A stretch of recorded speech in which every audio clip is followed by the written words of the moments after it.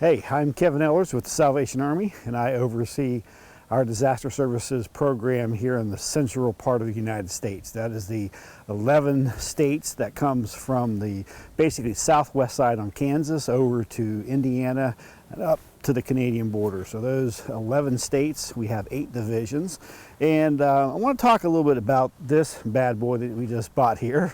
We fortunately got a grant, and it helped us to get a new piece of equipment that's going to really enhance our disaster operations. So I'm out here this weekend. It's November, and we got a sunny day, so I decided to bring it out here to one of our test sites, which and want to show you a little bit about it today. One of the questions that I often get is, why would the Salvation Army get a skid steer?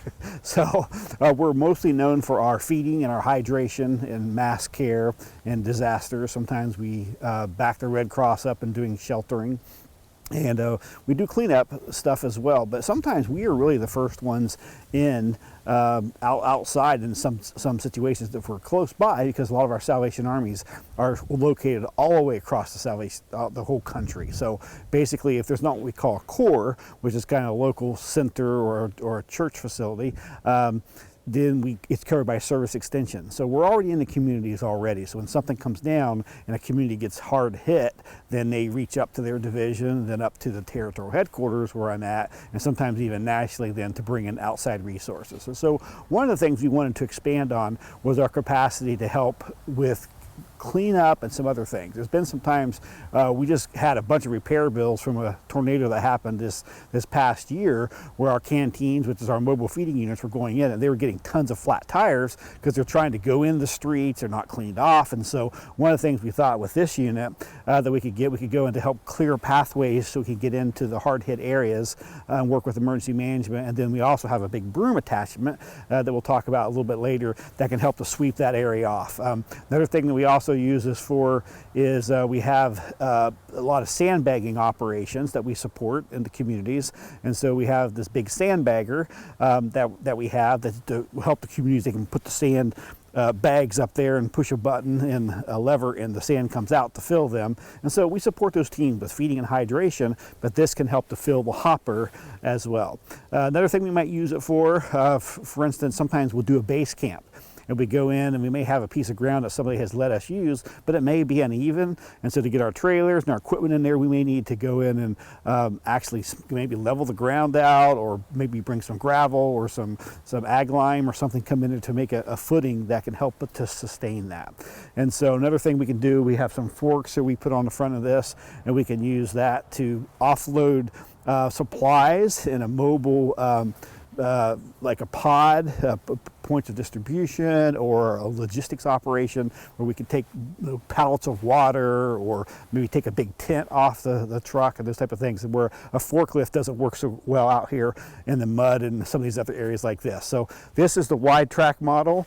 This happens to be the T76 model. T stands for tracks. Versus the other with the 2 wheels. And so this gives us a base of operation, and with the wider tracks like that, helps us to disperse our damage or over broad areas, especially if it's muddy or wet. So we're going to talk about this today, and it's going to be a great part of our operation. So if you are watching this video, it's because somebody thinks you has confidence in you to run this thing or have potential to run this thing. Not everybody's going to get in this thing. This is a very expensive piece of equipment, and you can do a lot of damage with it if you're not trained. So if you're starting down this is video number 1, and there's a lot of videos you're going to have to watch. You're going to have to show us that you can demonstrate these skills. We will mostly seek out people who have skid steer experience, and then this part of the video that I'm going to be doing over this weekend and next weekend is showing you how to operate this particular model. If you're like me, I grew up, my grandparents were farmers, and I grew up doing some construction part-time with people and stuff, and so my first Bobcat was back in the 80s, and so it was probably a 1970s model where you had the foot pedals and it was the H-pattern drive. This bad boy is different. It has touch screen, and you use the ISO. You can use H-pattern. We'll talk about the difference between those operations as well. But we want to just kind of welcome you to go to these videos. We want you to make sure you're watching them, and most of all, at the end of this series, if you're doing this, you're going to have to go through all these, watch these videos take a skills test, but you're also going to have to do a demonstration test to know that, show us that you're able to do this stuff. So we've set up some obstacle courses. We have some cones out here you have to go through. And then you have to actually pick up stumps and move them. Sometimes we also use this as sometimes in hard hit areas, people can't get to their house because their lane is blocked because a tree has fallen. And we have some other partners we work with, like Team Rubicon, the Southern Baptists have a chainsaw crew, and some other groups that come in. So we may work alongside them as all the partners come together, and this is a resource that we can come to bring in to help with that. We could also use it to take this claw and pick up brush and move it out of the way. A lot of times people have brush in their backyard and need to get it to the front. So you can carry it, you know, an arm load at a time, or you can grab this and get a huge piece and take it up there as well. So those are just some of the applications that we were going to talk about, and that is why we bought us this Bobcat.